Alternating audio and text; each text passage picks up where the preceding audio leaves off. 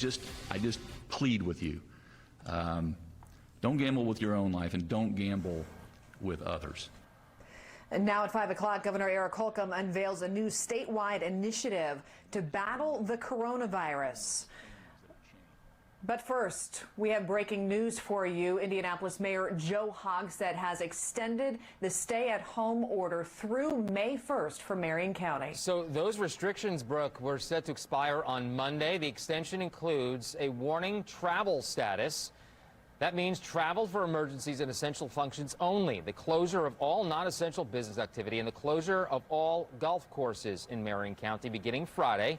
Plus the cancellation of all Indy Parks programs in the month of April. Okay, so now back to this In This Together campaign started by the governor. It is meant to encourage Hoosiers to better understand the stay-at-home guidelines and obey them and ultimately help flatten the curve. We have team coverage for you once again. Let's begin with News 8's David Williams. He is outside of Eli Lilly, a partner of this In This Together campaign. They just expanded their drive-through testing. David. They did. That drive-through testing just ended a little while ago. This is actually the first time that essential employees across the area can be tested for COVID-19 here at Lilly.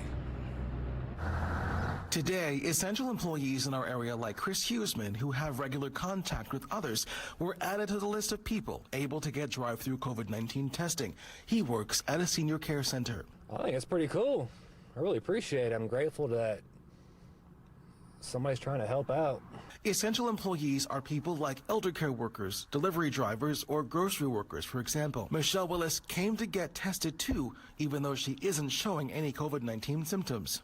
Oh, I'm feeling fine. My concern is mostly with coworkers or family members that might have the underlying health conditions that I could pass something to. Today, I noticed the line of people waiting in their cars to be tested stretched down East Street for several blocks. This video provided by Eli Lilly and Company gives an up-close, inside look at their drive-through COVID-19 testing of healthcare workers and first responders. A Lilly spokesperson tells me, as of today, they've conducted about 6,000 tests.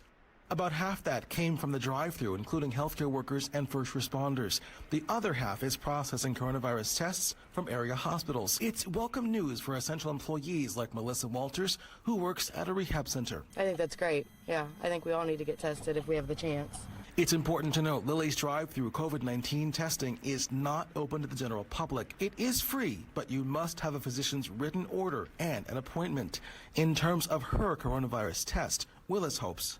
Oh, negative, for sure. For sure.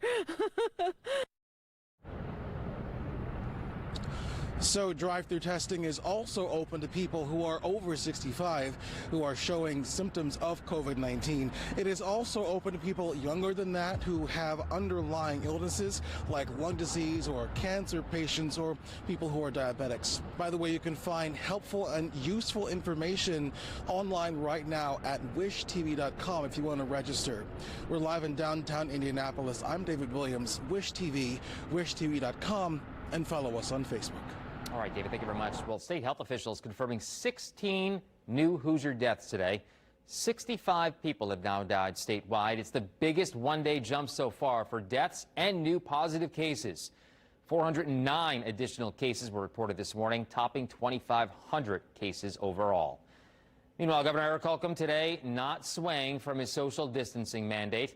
The governor says that's the only way we'll get through the coronavirus crisis as quickly as possible. He says we're just sailing into the surge now and to expect the number of positive cases and deaths to rise in the coming days and weeks ahead. And right now, the governor is not ready to announce any additional restrictions on Hoosiers, though. That includes tightening the number of essential businesses. I don't think at this time, of course, we evaluate this by the hour. We look at what our essential businesses. We understand, folks have to get to the grocery or to the doctor. Life is different, but life will continue.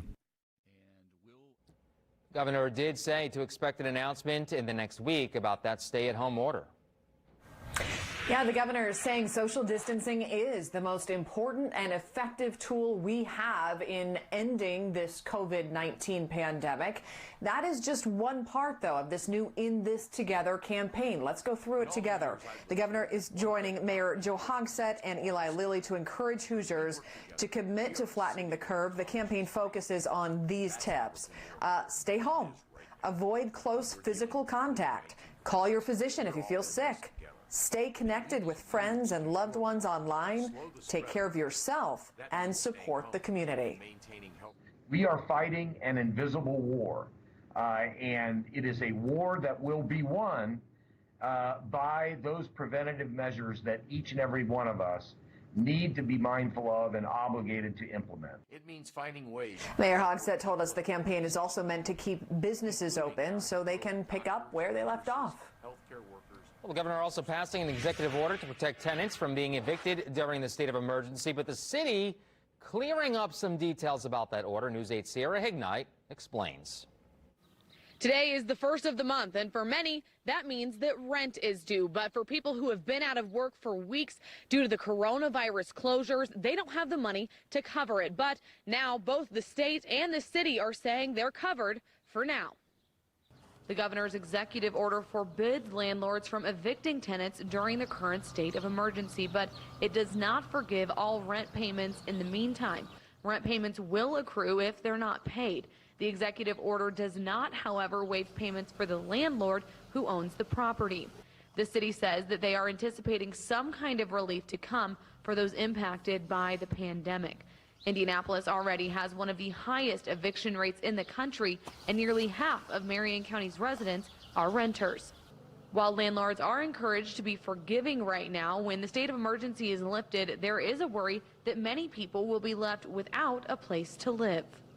If a tenant falls behind on rent, and once this emergency is over, if the landlord is legally entitled to evict the tenant, they can still do that. Landlords who, at least those who knowingly or recklessly or intentionally violate the governor's executive order imposing a moratorium, could be subject to misdemeanor prosecution. There is a tenant information hotline provided by the city that is available for tenants seeking legal advice.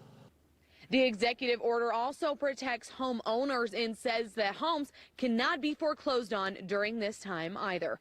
Reporting in Indianapolis, I'm Sierra Hignite, Wish TV, wishtv.com, and follow us on Facebook. All right, thanks so much, Sierra. Breaking news for you this evening. The Children's Museum of Indianapolis now closed until further notice. Officials initially closed the museum through April 10th. They say they are now working to bring the museum to families through the Museum at Home program. So you can find more information online at wishtv.com.